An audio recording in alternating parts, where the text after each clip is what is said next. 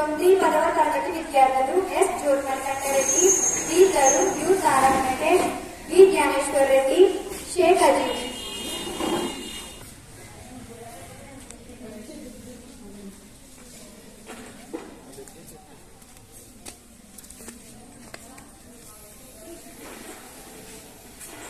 పిల్లలు లేవంటారా? మరింత మొదలైతే ఎలా?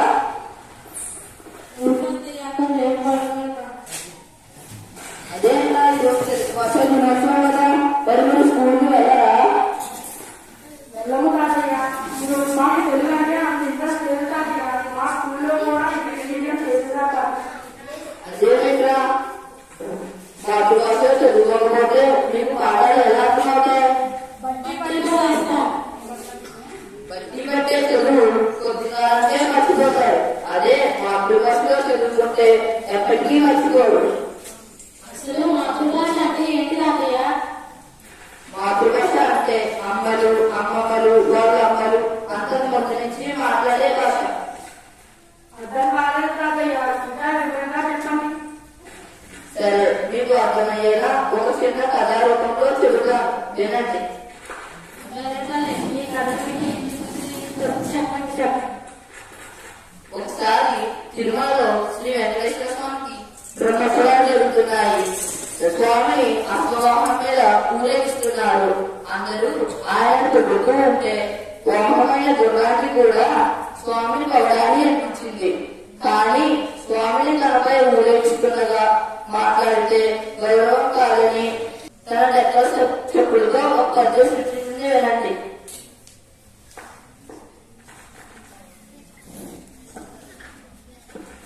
మృక్కుడు మృక్కుడు మృక్కుడు మృక్కుడు మృక్కుడు తిరుమల మూర్తికి ఒక్కొక్క బిమ్ములకు నెక్కటి మూన మృక్కున కోమను చిక్కిరి డిక్కిరి చిక్కల నేపక తీరని మృక్కుట శీఘ్రముగా ఎక్కడికక్కడ ఎప్పటికప్పుడు నెవ్వరు పిలిచిన నేగులుగా రొట్టులు రొట్టులు రొట్టులు రొట్టులు రొట్టుడు తిరుమల మూర్తికి.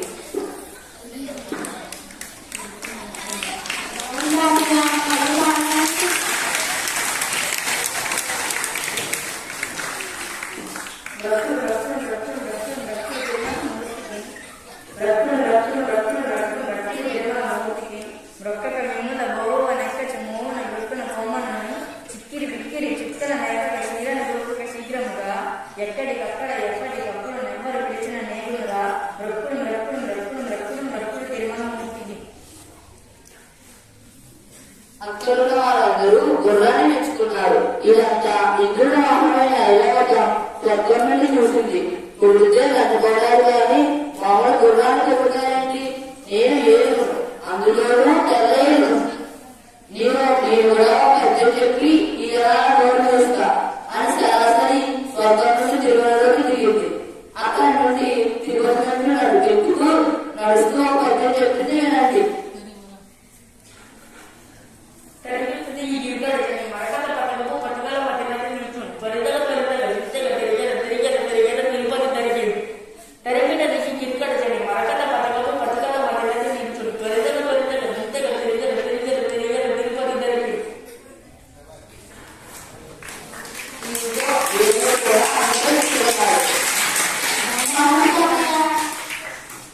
బాగుంటుంది. అదే మాతృభాష గొప్పదనం. తెలుగు భాష కేవలం మధురమైనది. ఎంతకీ నేను చెప్పేది ఏంటంటే జంతువులైన గుర్రము, ఏనుగులే మన మాతృభాష గురించి గొప్పగా చెబుతున్నాయి, గౌరవిస్తున్నాయి. మరి మనుషులైన మనం ఇంకెంత గౌరవించాలో ఆలోచించండి. సరే తాతయ్య, ఇప్పుడే న్యాయవేసి వెళ్తాం. జాగ్రత్తగా ఉండండి.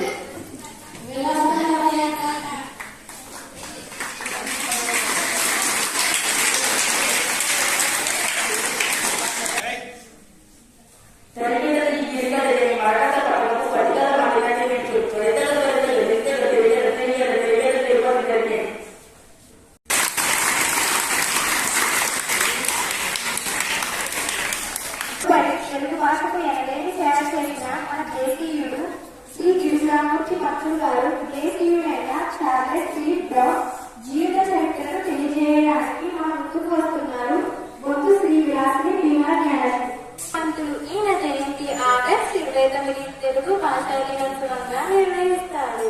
రామూర్తి శ్రీకాకుళం జిల్లాలోని పరద